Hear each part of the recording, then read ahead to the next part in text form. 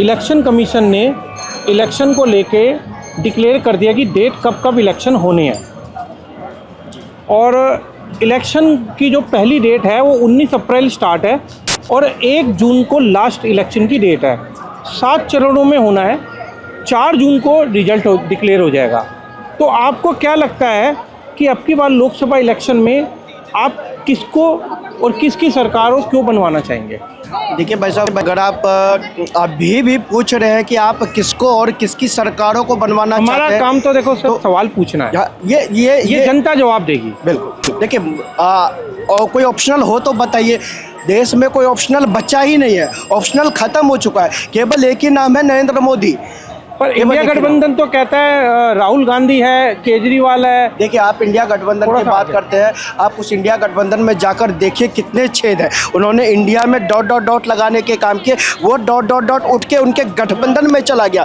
आज वो कंफ्यूज है कितने छेद कहाँ से गए, इतने छेद कहाँ गए। चाहे उत्तर प्रदेश को देखिए, चाहे बिहार को देखिए, पंजाब को देखिए, चाहे बंगाल को देखिए, चाहे साउथ में देखिए, चाहे केरल में देखिए, चाहे वायनाड में देखिए, देखिए क्या हाल है वहाँ का। तो वो खुद कंफ्यूज है। इस बार वो सत्ता के लिए नहीं भाई साहब, वो विपक्ष में बैठने के लिए चुनाव लड़ रहे हैं, क्योंकि जनता ने तो मन बना लिया है। और जनता तो ये कह रही है, मैं मोदी का परिवार और अब की बार करेंगे 400 पार। तो आपको ये इंडिया गठबंधन की बात एक और कहें, वो कहते हैं कि मोदी जी हमसे डरते हैं।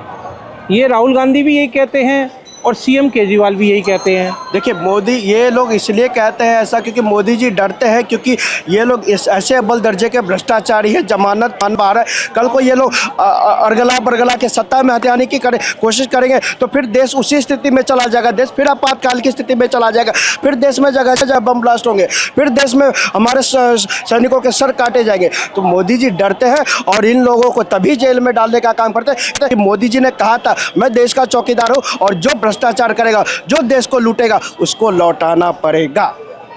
आपको क्या लगता है? अभी थोड़े दिन पहले सीएम केजरीवाल जी ने एक वक्तव्य दिया जिसमें कहा कि 18 वर्ष से अधिक की आयु वाली महिलाओं को 1000 रुपये में सबको दूंगा। तो इस बात पे आप क्या कहना चाहेंगे? भाई साहब, मैं एक चीज़ आपको बताना चाहता हूँ। एक तरफ देश के प्रधानमंत्री जी कहते हैं कि हम देश की महिलाओं को, हम देश की बहनों को लखपति दीदी बनाएंगे। लखपति दीदी इन द सेंस कहे तो हम उन्हें रोजगार का साधन देंगे, हम उन्हें आत्मनिर्भर बनाएंगे। हम उन्हें आत्मनिर्भर बनाएंगे ताकि वो खुद अपने परिवार को, अपने समाज को, अपने बलबूते चला सके। और हमारे केजरीवाल साहब कहते हैं हम मुफ्त में 1000 रुपया देंगे। दिल्ली की बहनें, दिल्ली की माताएं ये एक्सेप्टेड नहीं करेगी, क्योंकि यहाँ की महिलाएं बहनें आत्मनिर्भर हैं। उनको सम्मान चाहिए, उनको सुरक्षा चाहिए, उनको सिक्योरिटी चाहिए। आपने कहा था हर वार्ड में हम कमांडोज भेजेंगे। कहाँ है वो कमांडो? बस के कमांडो जो आपने रखे थे उनको नौकरी से निकाल दिया, वो आपके दरवाजे के बाहर बैठे हैं। अगर आपको बात करनी है तो आंगनवाड़ी बहनों की कीजिए, जिनके घर खाना नहीं बन पा रहा, उनको तनख्वाह टाइम से नहीं मिल पा रही है। नर्सों की बात कीजिए, टूटी फूटी अस्पतालों की बात कीजिए, मोहल्ला क्लिनिक में जो नकली दवाई जा रही है उनके ऊपर बात कीजिए, नकली जांच हो रही है उनके ऊपर बात कीजिए। महिला जो अपना घर परिवार चलाती है, महिला किस तरह गंदा पानी वो यूज करती है, उसके ऊपर चिंता कीजिए साहब। छठ पूजा में मैं बिहार से आता हूँ, हमारी बिहार की माताएँ किस तरह से छठ पूजा में यमुना में डुबकी लगाने का काम करती है और वो जहर पीने का काम करती है। साहब, उसको ठीक कीजिए। आपको दिल्ली ने चुना था, आप दिल्ली को लंदन पेरिस बनाएंगे। साहब, इतने भ्रष्टाचार के आरोप तो, जितने आरोप नहीं जिनके आपके ऊपर सिद्ध हो गए, इतने तो शीला दीक्षित के ऊपर आरोप भी नहीं थे। उस पवित्र औरत को, शीला दीक्षित जिसने भरी दिल्ली निर्माण किया, जिसने दिल्ली को संजोने का काम किया, उसके ऊपर आरोप लगाए आज। और केवल आरोप लगाए, एक भी आरोप सिद्ध नहीं हुए थे शीला दीक्षित पर। कभी शीला जी जमानत पर नहीं घूमी थी। साहब, आप तो जमानत पर हैं, आप तो बेल पर है। दिल्ली का मुख्यमंत्री जमानत पर बाहर नहीं, जमानत पर नहीं, सम्मन उनको भेजे जा रहे हैं। 8 सम्मन भेज चुके हैं, पर उन्होंने एक भी सम्मन पे ईडी के सामने पेश नहीं हो रही। सर, मैंने तो आज न्यूज़ में सुना है कि केजरीवाल साहब ने 15,000 का बॉन्ड और 1 लाख का मुचलका भरा है। 15,000 का बॉन्ड और 1 लाख रुपए मुचलका भरा है। ये वही लोग भरते हैं, जहाँ तक मैंने पढ़ा है, जो आरोपी होते हैं या जिनको जमानत चाहिए होता है। तो साहब, आप तो जमानत पर ही बाहर है। मतलब दिल्ली का मुख्यमंत्री जमानत पर है। ये दिल्ली वालों को देखना पड़ा है। आप ईमानदारी की पराकाष्ठा थे। आप रामलीला मैदान से कह देते केजरीवाल मतलब ईमानदार। कहाँ गया वो ईमानदारी? युवाओं को आपने टोपी पहना दिया। पहले आप टोपी पहनते थे, आपने दिल्ली वालों को टोपी पहना दिया। दिल्ली के लोग त्रस्त हैं। दिल्ली के लोगों ने आपके ऊपर विश्वास किया था, बहुत विश्वास किया था आपके ऊपर। दिल्ली के लोगों को लूटने का काम किया, दिल्ली के लोगों को ठगने का काम किया। आज दिल्ली त्राहिमाम कर रही है। आज फिर से दिल्ली शीला दीक्षित जी को याद कर रही है। आज रो रही है दिल्ली, आज करा रही है दिल्ली। आज वही वाली दिल्ली चाहिए जो शीला दीक्षित के समय हुआ करती थी, जो बगैर पोल्यूशन के दिल्ली हुआ करती थी। साहब, आप तो केवल आरोप लगाते थे, कोई सबूत नहीं थे आपके पास। आपके मंत्री जेल में है साहब, ऐसा हाल आपने दिल्ली का कर दिया। बस दिल्ली वाले तो यही कह रहे हैं साहब, हम लोग तो यही कह रहे हैं, माफ़ करो साहब। और आपको क्या लगता है कि ये कहते हैं कि इन्होंने ईडी और सीबीआई को ज़बरदस्ती मेरे पीछे छोड़ा है ताकि मैं 2024 के इलेक्शन में ना उतरूं, कैंपेनिंग ना करूं, क्योंकि मोदी जी मुझसे डरते हैं। ये सीएम केजरीवाल का सर, पहला नोटिस कब आया था? नवंबर में। नवंबर में चुनाव थे क्या लोकसभा के? जी, नवंबर में लोकसभा के चुनाव थे। जी जी। पर उनका कहना है ये तो असंवैधानिक है, नोटिस जो इन्होंने भेजा है। असंवैधानिक? भाई साहब, यही तो कोर्ट ने कहा। आज कोर्ट ने यही तो कहा, आपने ईडी के समन को असंवैधानिक बताया। जब आपने ईडी के समन को असंवैधानिक बताया तो आइए जुर्माना भरिए। 1 लाख रुपए काहे का दिया? काहे का दिया? असंवैधानिक कहने का ना। 15,000 का मुचलका जो बॉन्ड भरा, काहे का भरा? असंवैधानिक कहने का ना। तो कोर्ट ने तो ये नहीं कहा कि ईडी ने अगर आप सही थे साहब, मैं आपका समर्थन करता। अगर आप सही थे तो आपको आज कोर्ट में जाना चाहिए था, आपके पास मौका था, आपको बताना चाहिए था कोर्ट को कि साहब ये देखिए, ये मेरे कागज़ है, ये लिकर स्कैम, ये लिकर पॉलिसी है, बताइए इसमें कहाँ भ्रष्टाचार है। लेकिन आप कुछ नहीं कर पाए। मैंने तो न्यूज़ में सुना है, आपके वकील जाते हैं कोर्ट में, कहते हैं जी केजरीवाल साहब तो जूता पहनते हैं, तो शर्ट पहनते हैं, शर्ट भी बाहर रहती है, पैंट पहनते हैं, 5 रुपए का कलम लगाते हैं। ये आपके वकील कह रहे हैं। जो आपको, आपके वकील को कहना चाहिए कहाँ है केजरीवाल भ्रष्टाचारी। कोर्ट में आप कुछ और कहते हो, मीडिया के सामने कुछ और कहते हो। साहब, टोपी मत पहनाओ दिल्ली को। ये तो टोपी मास्टर कह रहे, आम जनता सब ये कह रही है टोपी मास्टर है। पर ये कहते हैं कि मेरे पीछे तो बीजेपी पीछे पड़ी है, मेरे को जेल भेजना चाहती है। एक बात बताइए, आप बीजेपी कर रहे हैं, मधुशाला की बात करने के लिए बीजेपी ने आपको कहा था क्या? बीजेपी ने कहा था आपको कि केजरीवाल साहब आप मधुशाला के पॉलिसी लाइए? कहा था आपने? नहीं कहा था ना। मधुशाला में 5% से बढ़ाकर 12% पर दलाली आपका, ये कहा बीजेपी ने आपको कहा था? नहीं कहा था। आपने किया ना। जो वहाँ पे सरकार थी तेलंगाना में, उसके जो 60 गार्ड थे वो आपने किया ना, बीजेपी ने आपको कहा था। साहब, आपको पता होना चाहिए, देश की गद्दी पर एक चौकीदार बैठा हुआ था और उस चौकीदार ने 14 में शपथ ली थी कि मैं देश नहीं बिकने दूंगा। तो साहब, आपने गलती कर कैसे दी? आपको चौकीदार दिखाई नहीं दिया क्या? देश की गद्दी पर चौकीदार, उसने कहा था ना खाऊंगा ना खाने दूंगा।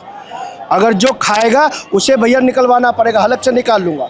और इसलिए तो मोदी जी कहते हैं ना, जिसने देश को लूटा है उसको लौटाना पड़ेगा। अब साहब, इसमें ईडी और बीजेपी और इसका क्या मतलब है?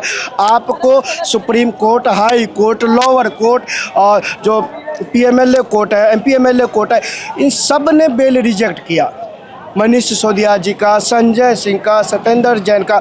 बीजेपी कोर्ट चलाती है क्या? साहब, ये दिल्ली के लोग पढ़े लिखे हैं, पढ़े लिखे। टोपी मत पहनाओ ना साहब, पढ़े लिखे। बेल रिजेक्ट कौन करता है? कोर्ट करता है। सुप्रीम कोर्ट आप गए, रिजेक्शन। हाई कोर्ट गए, रिजेक्शन। लोअर कोर्ट गए, रिजेक्शन। एमपीएमएलए कोर्ट गए, रिजेक्शन। सब जगह आपको रिजेक्शन मिलता है। प्रेस के सामने आते हैं, आप कहते हैं मैं जी बीजेपी ने नहीं आना। ये क्या तो कैसा? आप वही केजरीवाल जी है ना जो मंच से कहते थे अगर आपके पास आरोप लग जाए तो पहले आप त्यागपत्र दीजिए, अपनी जांच कराइए, सिद्ध होके आइए और अपने सरकार को चलाइए। आज क्या हुआ साहब? आपको पूछती है दिल्ली की जनता आपसे, आप बदल कैसे गए? आप वही है ना जिसने बच्चों की कसकी खाई थी, मैं कांग्रेस के साथ कभी गठबंधन नहीं करूंगा। क्या हुआ साहब? आपको अपने गठबंधन कर लिया। आप वही है ना जो रामलीला मैदान में की भ्रष्टाचारी पार्टी कांग्रेस को कोस कोस कर। साहब, मैं भी उसमें था, मुझे दर्द होता है। मैंने पानी पिलाया उस आंदोलन में। अच्छा जी। मैंने उस आंदोलन में पानी पिलाया तो दर्द होता है मुझे। आप ही थे ना उसमें जो आप मंच से कहते थे ये कांग्रेस ने सब कुछ खत्म कर दिया और पूरी देश की जनता सड़कों पर थी तिरंगा झंडा उठा के। याद होगा सर आपको रामलीला मैदान को? जी बिल्कुल। लेकिन साहब, उस टाइम हमने टोपी पहनी थी, आज पूरी दिल्ली को टोपी आपने पहना दिया। साहब, कहाँ गया वो भ्रष्टाचारी? कहाँ गए वो बक्से, कहाँ गए वो कागज? आज आपने जिसको चोर बोला के गले में आप जाके बैठ गए। आप तो कहते हैं भाजपा के पास वॉशिंग मशीन है। साहब आपके पास ऐसी कौन सी फैक्ट्री है जिसमें पूरी कांग्रेस साफ हो गई?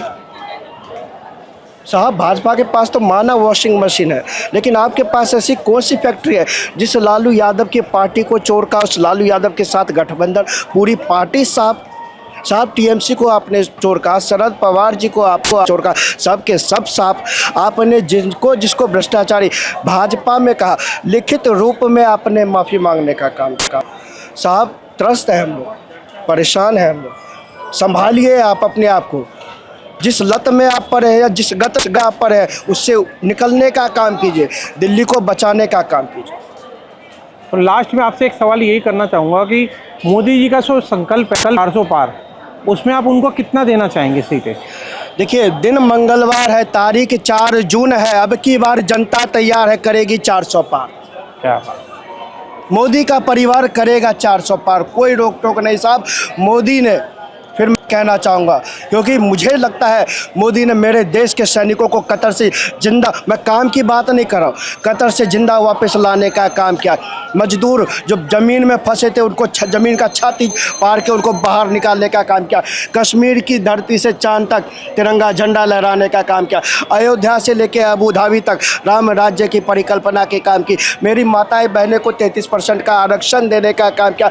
आज 11वें नंबर से देश की अर्थव्यवस्था को 5वें नंबर पर ले जाने का काम किया। 6 एम्स से लेकर 24 एम्स पे पहुंचाने का काम किया। आज 200 मेडिकल कॉलेज से 700 मेडिकल कॉलेजेस देने का काम किया। आईआईटी को डबल डिजिट में करने का काम किया। आईआईएम्स को डबल डिजिट में करने का काम किया। एम्स जैसे संस्थानों को डबल डिजिट में करने का काम किया। आज एयरपोर्ट देखिए, मोदी जी ने कहा था हवाई चप्पल पहनने वाले को हवाई जहाज में बिठाएंगे, वो सपना पूरा करने का काम किया। साहब मोदी ना करे तो क्या करे, आप ये बताओ।